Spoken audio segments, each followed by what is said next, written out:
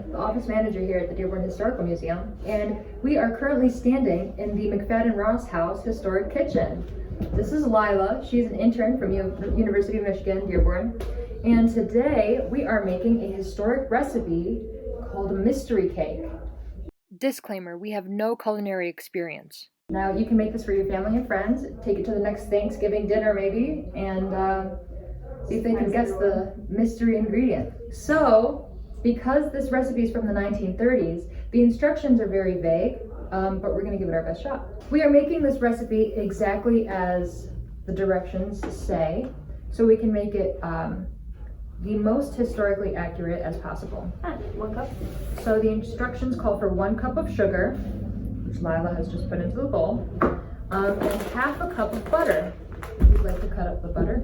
All right, so now that we have softened our butter, we're gonna add that to the bowl. Yes, we have a fork right over there. If you'd like to grab it, right in that silverware bowl. Of course. Now we need to mix all of this together to make good cream consistency. A little bit of technical difficulties here. We decided to transfer the creamed butter and sugar into a smaller bowl while we mix our bigger ingredients in this bowl. And we're going to put 1 teaspoon of baking soda, and then we will mix that with the flour. So we're going to need 2 cups of all-purpose flour. Doesn't necessarily all-purpose, Wait, but hang on a minute. It's supposed to be alternating. you add the flour and the soup alternating to that. Make sure.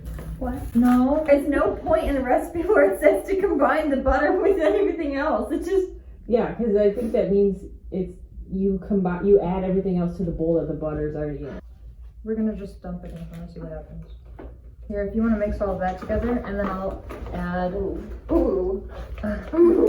It looks so delightful. If the audience could see our mystery Can we hear ingredient. this? Wait, let's get a moment of silence for the... ASMR.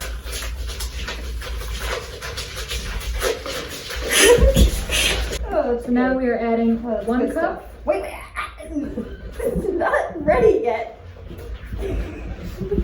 She needs to be thoroughly combined. I think this is combined because it's gonna get. Now, okay, fine, whatever. Like a whole, wow, okay. You're really not a, okay. Okay, wait, chill with the second cup. I know, I'm waiting. I'm just getting it ready. I'm stressing out my sous chef. I was wondering. That was the other cup of flour. So now I have 2 cups of flour, a teaspoon of baking soda, our secret ingredient, and our creamed butter and sugar.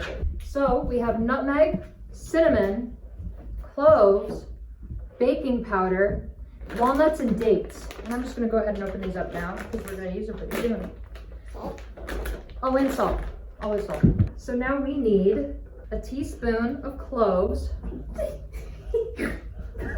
Stop it. The way that you completely thought that was gonna fit into the opening. Teaspoon of cloves, teaspoon of nutmeg, cinnamon, nutmeg.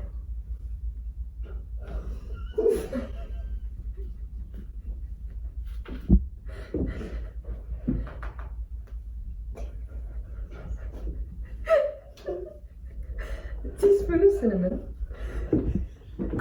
and then 2 teaspoons of baking powder.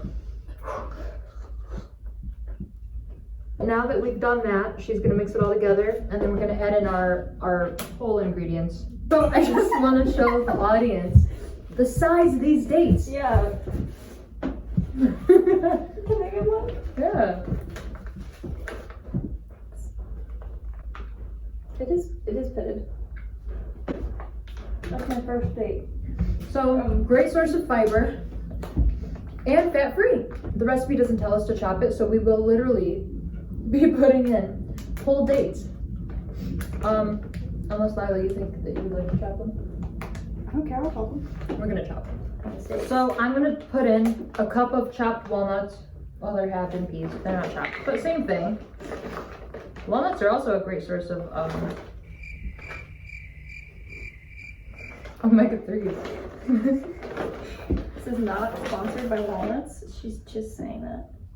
By big walnut. Well, buckle in, guys. We're gonna be here a while. I'm chopping these dates Yeah. until 5 o'clock. And the This is amount really of time satisfying. that took. Do you want to guess how many dates I've chopped? Two. Yep. Yeah. So this is what our batter looks like currently. It's pretty solid. Like it's not gonna. It's like a blizzard from Dairy Queen. You flip it upside down. It's not budging. Do it. You won't. No, I'm not gonna. We're professional here. Well, the paper ball and the plastic knife Let's toss them in. kind of. We're just gonna eyeball the dates. um, I literally just put them in here. Just put some more in here. Okay, can I at least like have them? Yeah, if you'd like to. I think they'll get all nice and melty in the cake, and it'll turn out nice. It smells fantastic, and not anything like our secret ingredient. Did you just dump the whole bag of dates in there? Yeah, pretty much.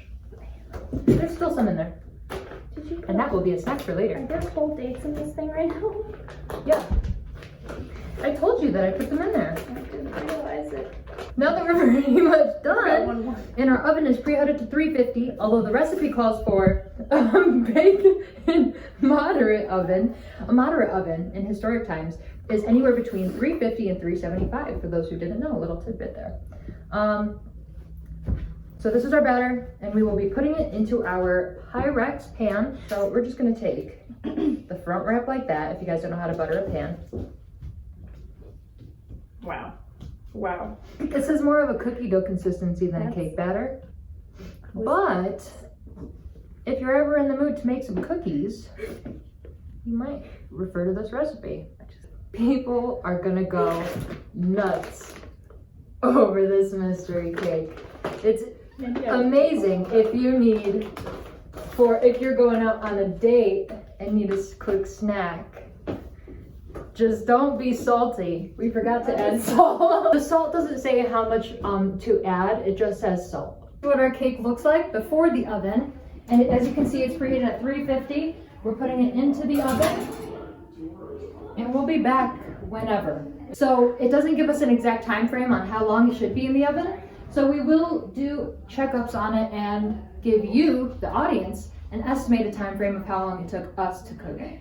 And we have made Le Mystery Cake. It actually smells really, really good. We didn't know how it was going to turn out, but it turned out really It well. smells like a carrot cake. Yeah, you can smell all of the yummy spices.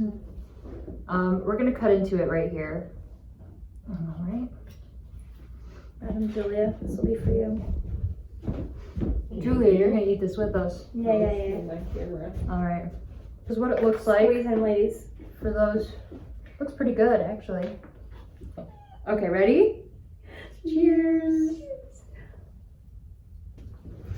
It's yummy. Do we reveal the secret ingredient now?